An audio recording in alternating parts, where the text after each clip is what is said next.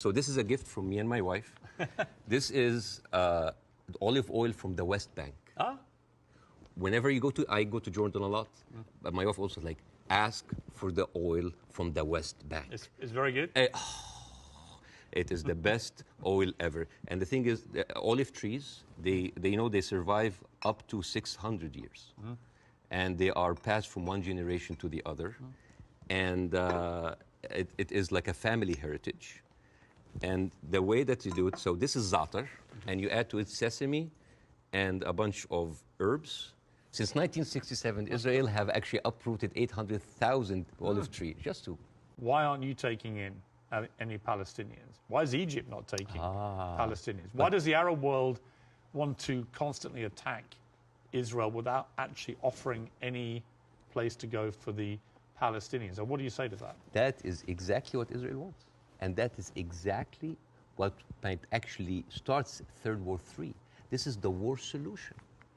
These are Palestinians. These are their land. And then suddenly take them. Why? So they've been basically kicked around from their homes. And now another country should take them? You see what will happen? Imagine this. Now. And because Israeli official has been talking openly about this. It's like, why don't they just go in Sinai? Why they go? You know what will happen? Those people are going to be pushed in Sinai. And with any population, 2 million people that are living in refugee camp, what do you think will happen? Unrest, chaos. And then after a few years, the Western media will come with their cameras like, oh, look at those Arabs. Oh, they're killing each other. Oh, Israel is good that they got rid of them. And then they will go to the West Bank. And so those 3.5 million people push into Jordan. The whole idea, why does Jordan take them? Why does Egypt take them? The same question. Europe has 44 countries. Why don't they take Israel? America has 50 states. Why don't they give them Florida? I mean, we seem to complain about Florida the whole time. Why don't they just like give Israel? The whole idea was like, oh, you're Arabs, you're all the same. No, no, no. Because what will happen then? So Israel will move into Jordan? That's like, oh, Saudi, why don't you take the Jordanian?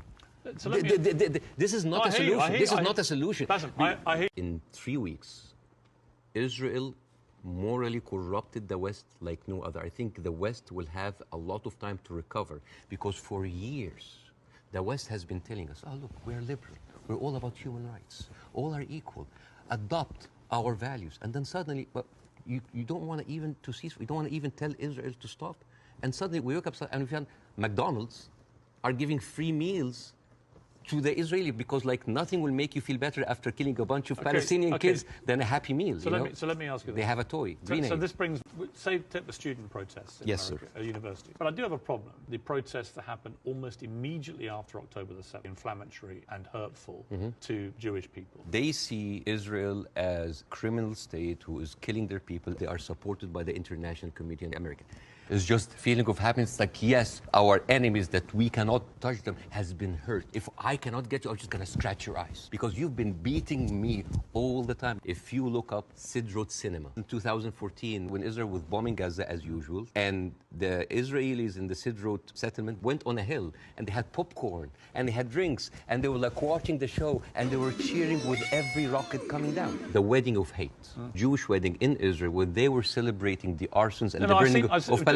Samer Abu Za'anin, who is like a young kid that he was shot point blank by an Israeli soldier and he was not allowed to have any medical attention. And as his dead body was being put into ambulance, the Jewish settlers were cheering.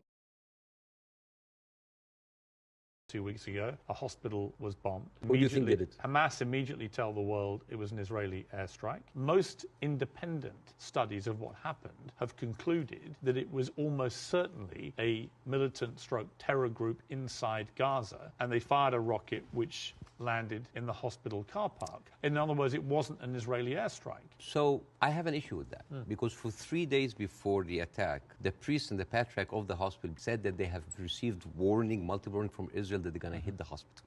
And then at the time of the hit of the hospital, one of the top aides of Netanyahu, he tweeted about like we hit the hospital, and then he deleted it, and then basically like Israel gaslighted the world. But it was not us. But that's why I said most independent. No, that's not true. Over 10 years, Hamas launched 35,000 rockets into Israel. And many failed. They killed 69 people. But in one strike, you want to tell me that these glorified firecrackers caused that kind of damage? Yes, it looks like they did, yeah. Okay. 40 babies have been reported to have been killed, including So some where are those who beheaded were beheaded? babies? Well, apparently journalists are being shown utterly horrific footage. As a journalist, wouldn't you take anything that an authority would say with a grain of salt? Yes. Especially if this authority have a long history of lying. 1996, they bombed Kana. It's a refugee camp. They killed 106 people. And despite that they knew it's a refugee camp. They said, oh, maybe it's a one-time off. 2006, they bombed Kana again. 2014, they killed 2 teenagers at a checkpoint. They denied, as usual, but CNN was there. So they said, we have to say it. 2018, they killed a medic, a Palestinian medic, and they fabricated a video showing that it's someone else, that he was a human shield. 2010, they killed Ahmed Oraiqat, denied it, then said, it's okay, it's us. 2021, they bombed the media office in Hawass. It's not us, but no, I'm sorry. And then, 11th May 2022, Shireen Abu Akleh, reporter. How can I expect to believe this regime? There's a deep sentiment in the Middle East, in Arabs, that the West do not look at us as equal. Well, you know what? So what I did, I went to the machines. Yeah. And I asked ChatGPT simple questions. Do Israelis deserve to be free? And you know what they tell me? Yes, Israelis deserve the right like any other people. And then I asked the same question. Do Palestinians deserve to be free? And you know what they tell me? It is complex. It is a sensitive issue.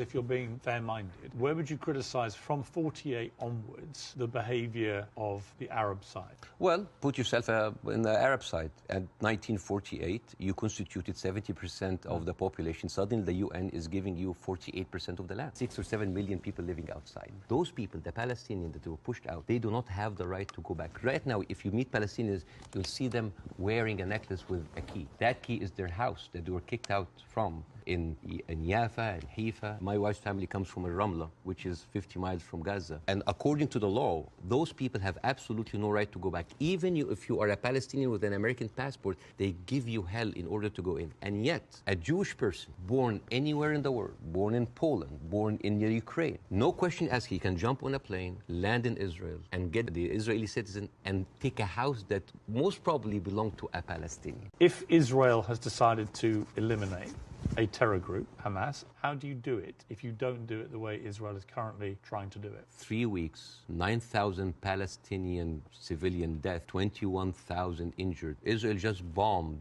Jabalia, which is a known refugee camp.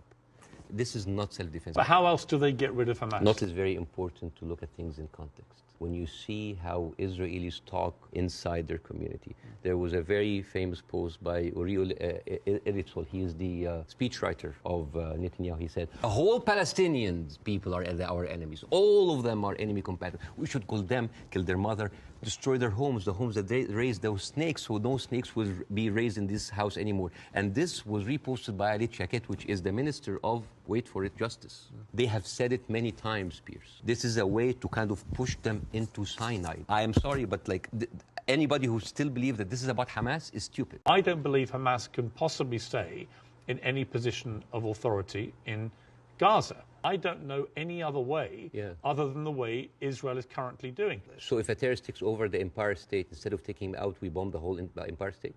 Well, that's the question, isn't it? Proportion. That is not even a question. Well, that was not even a question, because that would be ridiculous. You talk about I'm really struggling to see what else Israel is supposed to do to get rid of Hamas. Pierce, this is never about Hamas. Believe me, it is never about Hamas. If somebody tells you who they are, listen.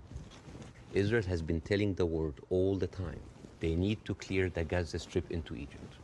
You think that's always been the plan? Always there. I mean, they have said it. They have said it many times. Why does Egypt take them? And do you think when Egypt takes them, do you think they'll go back? And then when they're done with Gaza, they will go back to the West Bank. They will kind of like build the settlements around them, and then until they push them into Jordan, because that is the plan. They have token. Not just Benjamin Netanyahu, everybody said like there's no state, two states. It is one state, and it's for the Jewish I don't people. think he believes in a two-state solution. Nobody believes in a two-state solution. It is one state, but that's the circle state. It's Hamas, I understand. It's a circular firing squad. Hamas. I know. السلام عليكم. لا تنسوا الإعجاب بالفيديو والاشتراك في القناة تشجيعا لنا لنستمر بنشر المزيد إن شاء الله.